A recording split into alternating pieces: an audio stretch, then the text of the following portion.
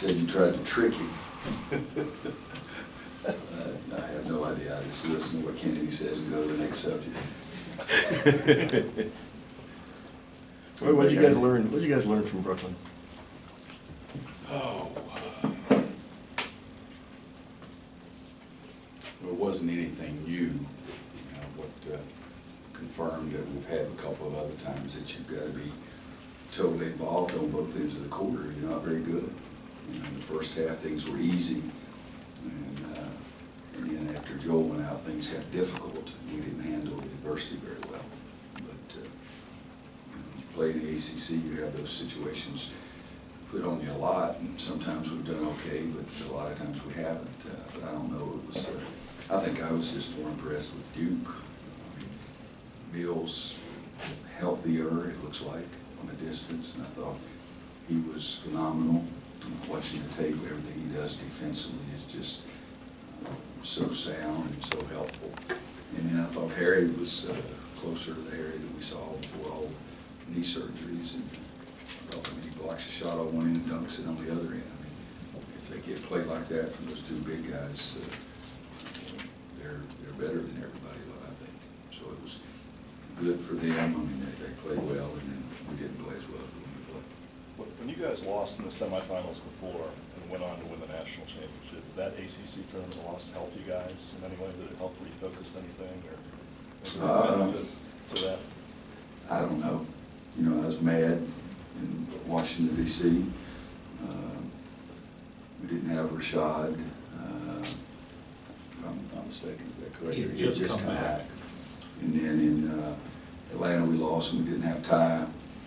And so you always had to have, well, we've got something else here that'll help us. This year we had everybody, we just didn't play well. I was mad about the way we played. We came back here on Saturday and we got off the bus and went in the locker room and watched tape for 2 hours.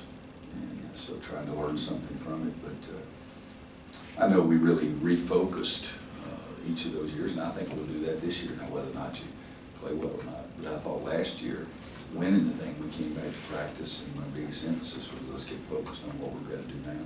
So I think it's the same thing from my end of it, just trying to get to refocus and let's go to Greenville, see how long they'll let us stay. But there's some similarities between your 05 and 09 teams that you see in this particular team? Wow, not yet. I mean, both those teams were really good defensively. Just look at the stats. That's all you have to do. We were really good defensively, and the 09 turned around more defensively than any team I've ever been around. Because I talked about defense all year, and Ty's sitting there thinking, Coach, we're going to outscore them. And Wayne's sitting there, Coach, we're going to outscore them. And Tyler saying, Coach, we're going to outscore them, you know. But when we left Atlanta, I think they really focused that week before the NCAA, and we were good defensively. We were really good defensively in 09. And 05, I think Sean told me, I think in 05 after we came back from the ACC tournament, we went into the practice gym. It was another time I'd taken all the rims down. And so I think that was the big emphasis both times, and something that we worked on a little bit yesterday too. Is there any concern in the fact that Justin's now had, I believe, 4 tough shooting nights in a row since Pittsburgh? Is it just a slump, or is there concern that maybe, you know, because of the expanded role he's taken on, maybe he's starting to wear down a little bit? There is concern, but I think we'll see Justin get back to being who he was for the first 30 games. I think he and I have had a couple of talks, and he's even told you guys that he thinks he pressured himself too much and felt like he had to do this, had to do that. So I've addressed that with him, and I think that, or hope that that'll be helpful to him, and I think he will be. Is that in any way a symptom of winning the Player of the Year award and maybe feeling like you've got something extra to live up to? It could be. You know, the first 2 games he hadn't won it yet. You know, Virginia at Virginia and Duke period, and didn't shoot the ball well either one of those games. But then in the tournament, of course, it had been announced, but it hadn't been announced the first 2 games. I just think a lot of it's the effect of who you play. When we go back and watch the tape, not that you should, you gotta have a better life than that. If you go back and watch the tape against Virginia, London Brontes is sitting on the bench with his head down, and 2 different coaches come up and try to console him in the game here. And went up there is the most focused I've ever seen him defensively, and he was really good. And their team was really good defensively, so if he messed it up, he had some people helping him, but I think sometimes you just have to give credit to the other team as well. And then Duke here, he did some really nice things except for shooting the ball.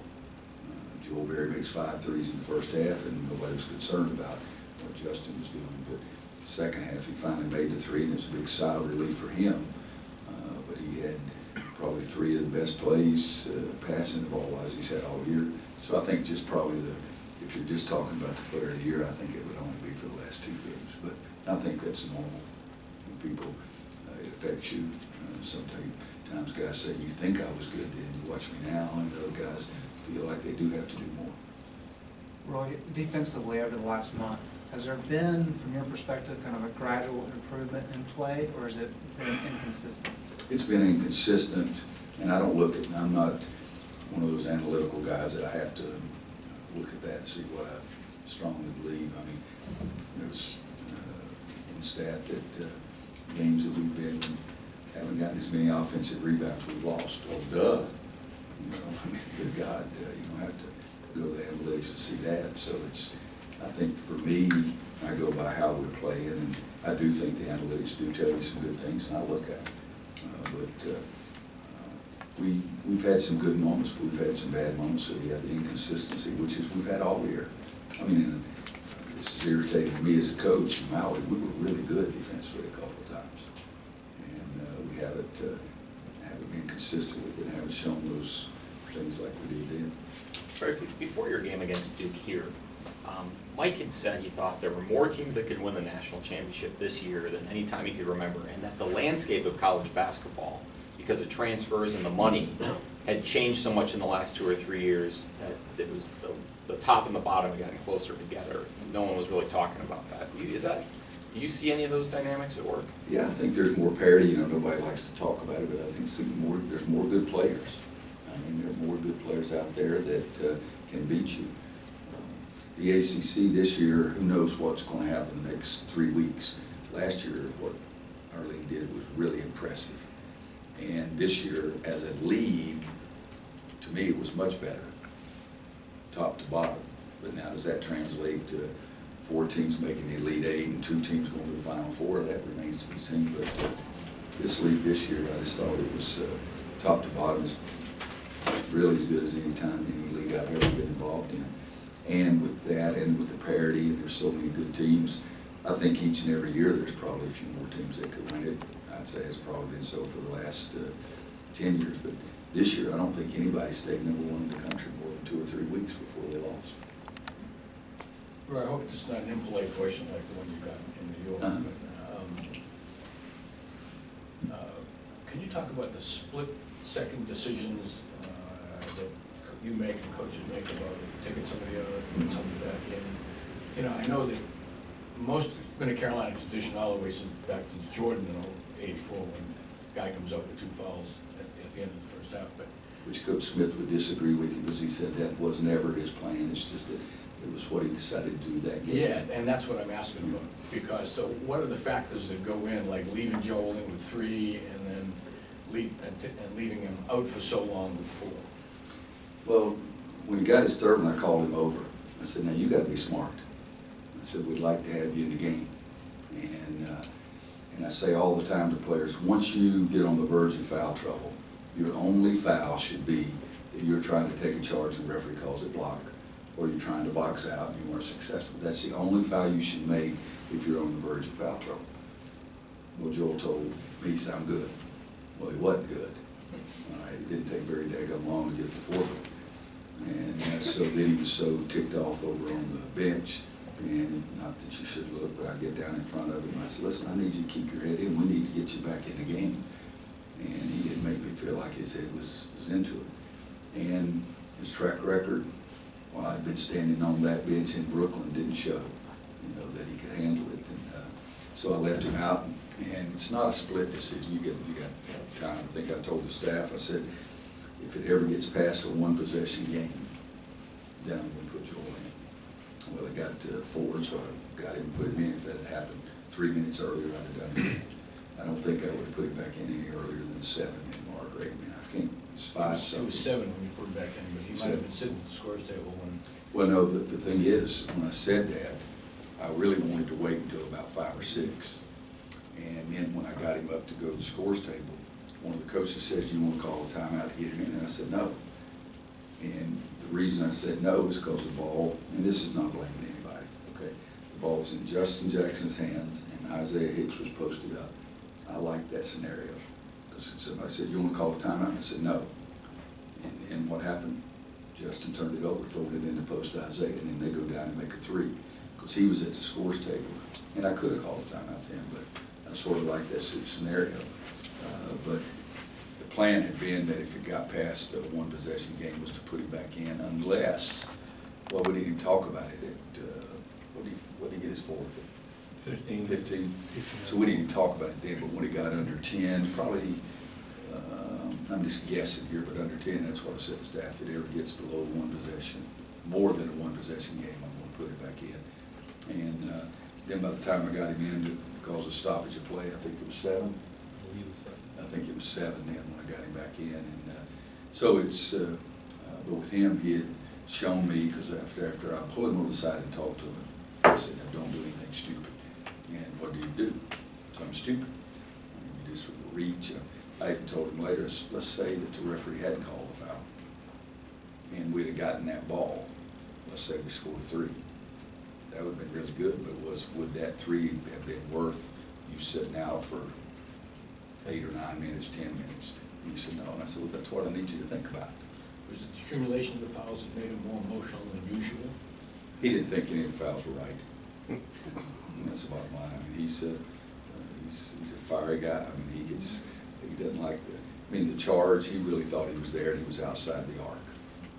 The first foul was, there was room for 1 guy to go through it. He tried to let 2 guys go through it. He got the call. The 1 foul, it was again 2 guys going after the ball, and there was a little bump, so he didn't like any of the foul calls. And I said, "They're fouls." You know how I know they're fouls? Because you're sitting over here. I don't have to agree with them either, but the referee called them. And the block charge, he takes all our guys. I mean, I own him quite a bit about taking a charge, and he really felt like he was there, really felt like he stood, but it doesn't make any difference. That's not what the referee called. Roy, speaking of the timeout thing, I know that's been a topic that's come up again since this game. It doesn't bother me, guys.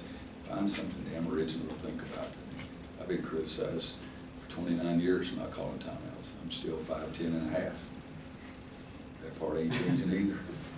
What would it take to call a timeout? Like, what's your philosophy like? I need to call a timeout now.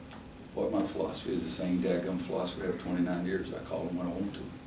And I don't care what the blankety blank anybody says. I'll give you an example. Before half of you were born, 1991, we were playing in Madison Square Garden against Vegas.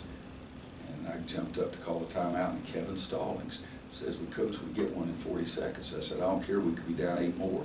Because we'd had like a 20-point lead, and all of a sudden Vegas had cut it to 12, and they were scary. And my guys looked like they were panicking. And what I base it on is it more important to call it then or more important to save it? And, you know, my high school coach said, "Yeah, dang," he says, "if you weren't so stupid, you'd call a few more timeouts, you'd have won a few games." You know, I mean, I'm going to call it the way I always have. I called it at 11.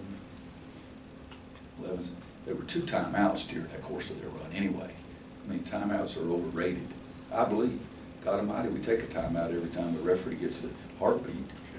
You know, 12, 16, 8, 4. You know, I talk to them. Why do we leave the huddle? Watch me.